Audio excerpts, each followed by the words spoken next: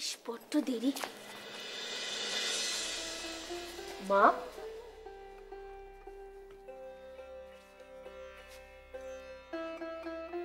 তোমাদের দুজনকে আবার একসাথে দেখে আমার যে কি আনন্দ হচ্ছে। মিষ্টিমা, আবার একসাথে দেখে এরকম কেন বলছো? আমরা তো বরাবরই একসাথে ছিলাম, তাই না মিহির? নিশ্চয়ই না, মানে কাল যা হয়েছে তারপর তো আমি ভেবেছিলাম। আর ভাবনার কিচ্ছু নেই। আমি ওদের দুজনকে বুঝিয়েছি আলাদা করে একসাথে ওরা দুজনও কথা বলে নিয়েছে। আমার মনে হয় আর কোনো সমস্যা নেই। আর কোনো সমস্যা না থাকলেই মঙ্গল প্রধানমন্ত্রী মশাই। তবে একটা জিনিস দেখে কিন্তু আমি খুব অবাক হয়েছি। কি জিনিস? আমি না ভাবতেই পারিনি যে ওরা এত তাড়াতাড়ি মিটিয়ে নেবে। আসলে কি জানেন, বিবাদটা যখন মন থেকে হয় তখন সেটা সহজে মিটতে চায় না, কিন্তু এক্ষেত্রে তো ব্যাপারটা ইচ্ছাকৃত। তাই আমি একটু বোঝাতেই ওদের বন্ধুত্বটা আবার জোড়া লেগে গেছে। আচ্ছা, এসব কি হচ্ছে বলুন তো প্রধানমন্ত্রী মশাই? ঠিক যখন সবকিছু একটা সমাধানের দিকে এগোচ্ছিল, কেন এসব বিপত্তি শুরু হলো? সেটাই তো কথা। আসলে কি জানেন তো, এই প্রাসাদের কিছু মানুষ ইচ্ছে করে নোংরা রাজনীতি করছে, আর আমরা সবাই তার শিকার হচ্ছি।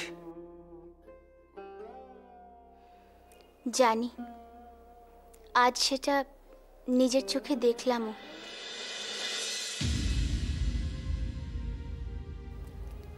তুমি নিজের চোখে দেখলে মিষ্টিমা? বলুন, আমাদেরও জানা দরকার। আসলে আমি রাজিমার কাছে এসেছিলাম মিহিরের উপনয়নের বিষয়ে আলোচনা করতে। সেখানে হঠাৎ কন্নিমা এসে রাজিমাকে যথেচ্ছ অপমান করেন।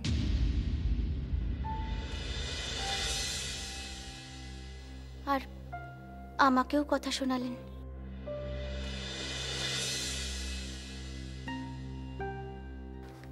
মা, কন্নিমা তোমায় কথা শোনালেন কেন?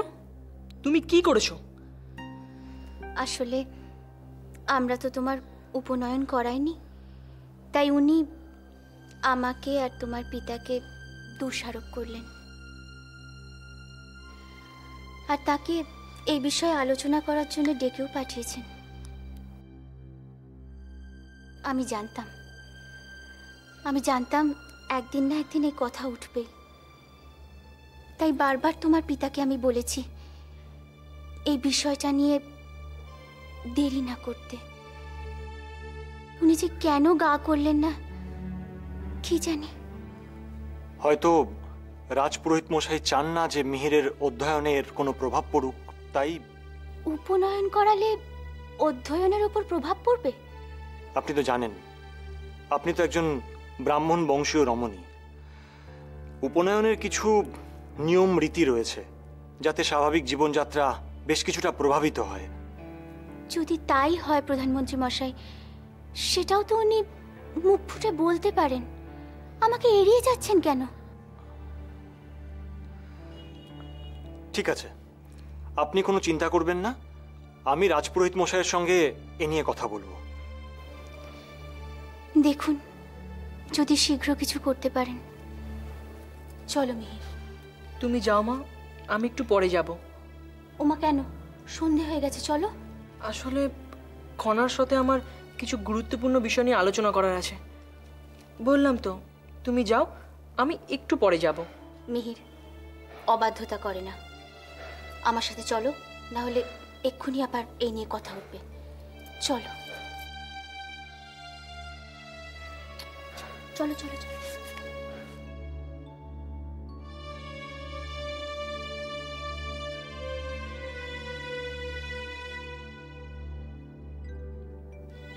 জয়,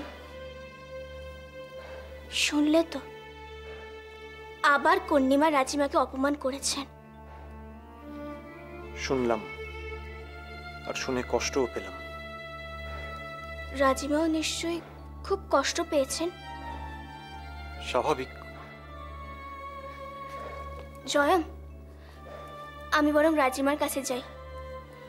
আমার মনে হয় এই মুহূর্তে তার পাশে থাকাটা উচিত হবে।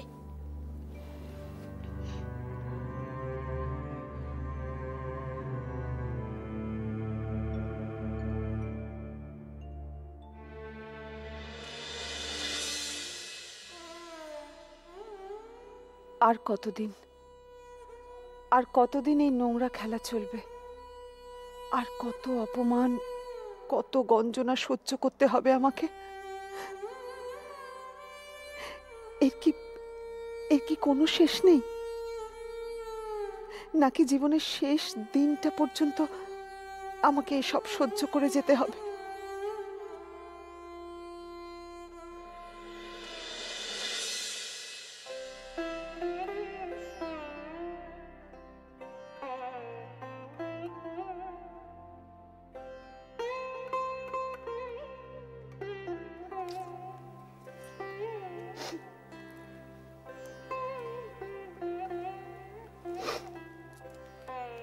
রাজিমা, রাজিমা, এইভাবে বসে বসে চোখের জল ফেললে চলবে না। তোমার শক্ত হতে হবে, লড়াই করার জন্য নিজেকে প্রস্তুত করতে হবে। না ঘনা, না, আমি আর লড়াই করতে পারছি না। আমি জীবনে অনেক লড়াই করেছি, আর আমার পক্ষে সম্ভব নয়। আমি ক্লান্ত হয়ে পড়েছি। রাজিমা, তুমি এইভাবে হাল ছেড়ে দিচ্ছ? ঘনা, আমি ভেবে দেখেছি এর মধ্যেই অনেক শান্তি আছে। নিজেকে সবকিছুর থেকে যদি সরিয়ে নেওয়া যায়, তাহলে মুক্তির সন্ধান পাওয়া যায়। তাই আমি ঠিক করেছি এই প্রাসাদ ত্যাগ করে আমি চলে যাব। রাজিমা, এ তুমি কি বলছো? আমি ঠিক বলছি ঘনা, আমার পক্ষে আর সম্ভব নয়। আমি পারছি না। আমাকে যদি ওদের সঙ্গে লড়তে হয়, তাহলে আমাকে ওদের স্তরে নামতে হবে, ওদের মতো হতে হবে। সেটা বোধহয় আমার পক্ষে কোনোদিন সম্ভব নয়, সে তুমি ভালো করেই জানো। রাজিমা, ওদের সাথে লড়াই করতে গেলে যে তোমাকেও ওদের মতো হতে হবে এমন তো কোনো কথা নেই। তাহলে তাহলে উপায় কি ঘনা? উপায় আছে রাজিমা। আমি যেমন ওদের সাথে লড়াই করছি, কন্যিমাকে কৌশলে পর্যদস্ত করার চেষ্টা করছি, হ্যাঁ রাজিমা, তোমাকেও আমার মতো কৌশলের আশ্রয় নিতে হবে। খনা, কি বলছিলাম, কি বলছিলে?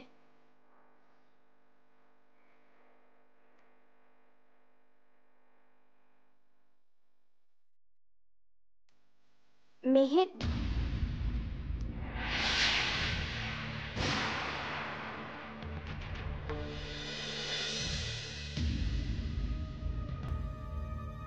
মিহির, তুমি এখন যেতে পারো। আমি তোমার সঙ্গে যাব না। কিন্তু তুমি তো তখন বললে। হ্যাঁ, আমি আশ্রমে যাব তো, কিন্তু তোমার সঙ্গে না। আমাকে রক্ষীরা নিয়ে যাবে। রক্ষীরা? হ্যাঁ, রক্ষীরা। কেন তুমি জানো না? রাজকুমারীরা প্রাসাদের বাইরে গেলে তাদের রক্ষীরা নিয়ে যায়। আমি যেমন কন্যিমাকে সামনে দেখালাম যে মিহিরের সাথে আমার সম্পর্ক শেষই হয়ে গেছে। না না ঘনা, আমার পক্ষে তা সম্ভব নয়। কেন সম্ভব নয় রাজিমা? কেন সম্ভব নয়? এই লড়াই তোমার সম্মানের লড়াই, তোমার অধিকারের লড়াই। আর লড়াইয়ে জেতাটাই আসল রাজিমা। কিভাবে জিতলে সেটা তো পরে আর কেউই মনে রাখে না।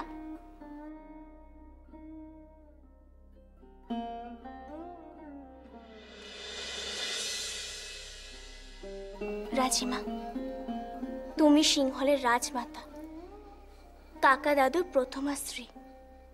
তুমি কি করে নিজের সব অধিকার অন্য একজনের হাতে তুলে দিয়ে প্রাসাদ ত্যাগ করে চলে যেতে পারো?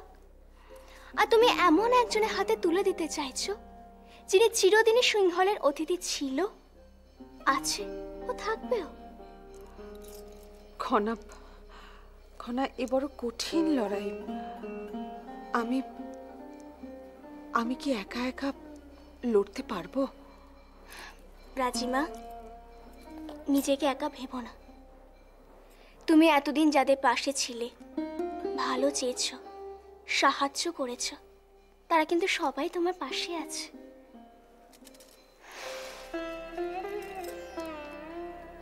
রাজিমা, তুমি শুধু নিজের উপর বিশ্বাস হারিও না। আর হ্যাঁ, কোনো দিনও আমাদের সবাইকে ছেড়ে চলে যাওয়ার কথা মুখে আনবে না, বুঝেছো? কোনোদিনও না, কখনো না।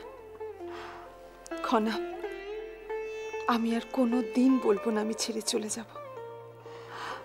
সত্যি তো, আমি তো একা নই, আমার সঙ্গে ঐশিকা আছে, সমৃদ্ধি আছে, সব থেকে বড় কথা তুমি আছো। আমি একা নই। শোনো রাজিমা, আজ থেকে তোমার লড়াই শুরু হচ্ছে। আর শুনলাম কর্ণিমা নাকি মিহিরের উপনয়নের বিষয়ে আলোচনা করার জন্য রাজপুরোহিত মশাইকে প্রাসাদে ডেকেছেন। রাজিমা, তুমি শুধু লক্ষ্য রেখো কর্ণিমা যেন এই বিষয় নিয়ে রাজপুরোহিত মশাইকে একটুও জোর না করেন। কারণ আমি চাই মিহিরের উপনয়ন সেদিনই হবে যেদিন রাজপুরোহিত মশাই নিজে থেকে চাইবেন। হ্যাঁ খনা, তুমি নিশ্চিন্ত থেকো। রাজপুরোহিত মশাইকে কেউ জোর করতে পারবে না, কেউ না।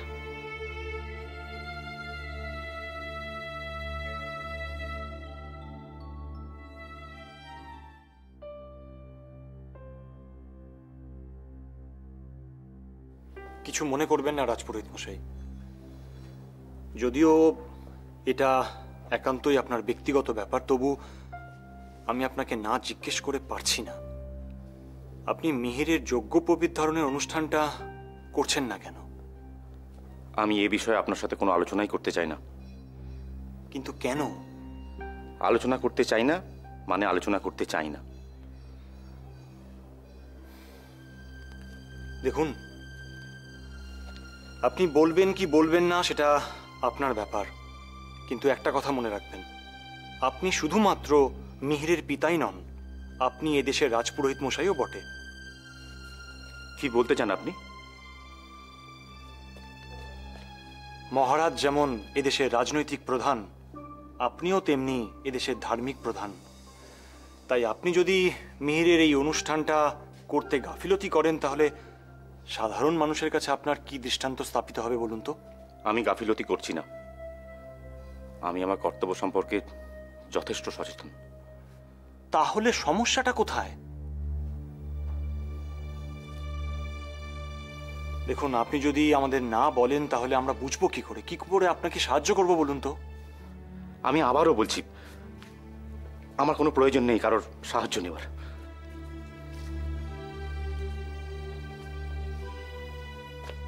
আশ্চর্য,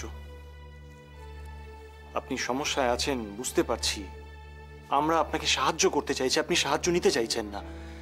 এরকম করলে কি করে চলবে রাজপুরোহিত মশাই? শুনুন, আমাকে আমার মতো থাকতে দিন। আপনি কেন বুঝতে চাইছেন না যে আমি আপনার সাথে কোনো কথাই বলতে চাইছি না?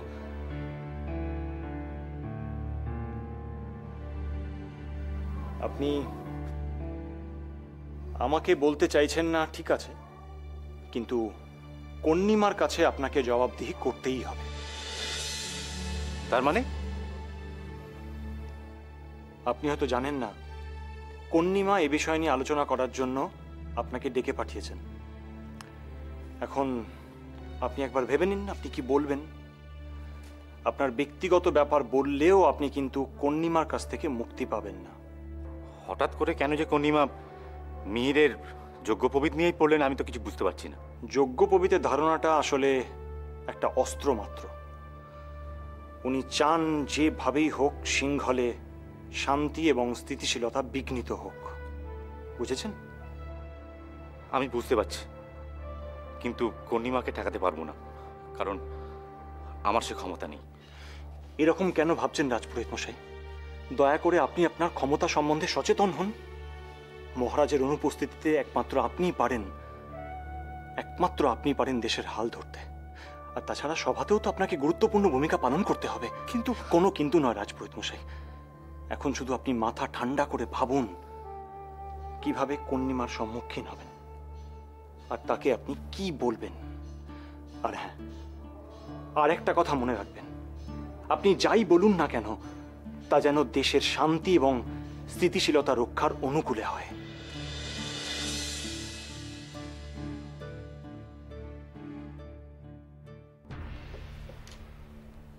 বোন, একটা ব্যাপার আমি কিছুতেই বুঝে উঠতে পারছি না। তুমি হঠাৎ যজ্ঞোপবীত ধারণের অনুষ্ঠান নিয়ে পড়লে কেন?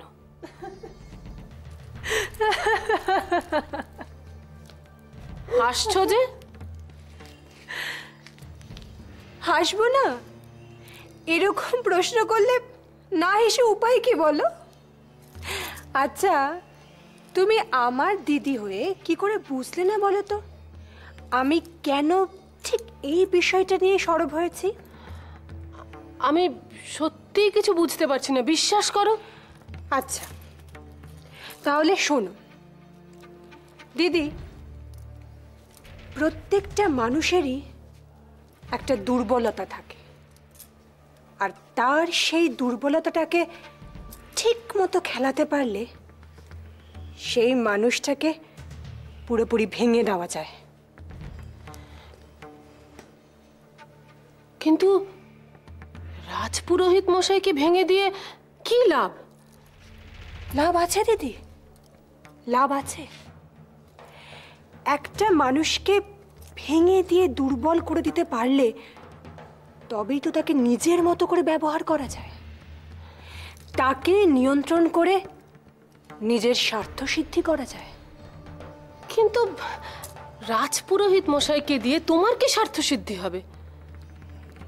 তোমার নয় দিদি, বলো আমাদের স্বার্থ সিদ্ধি।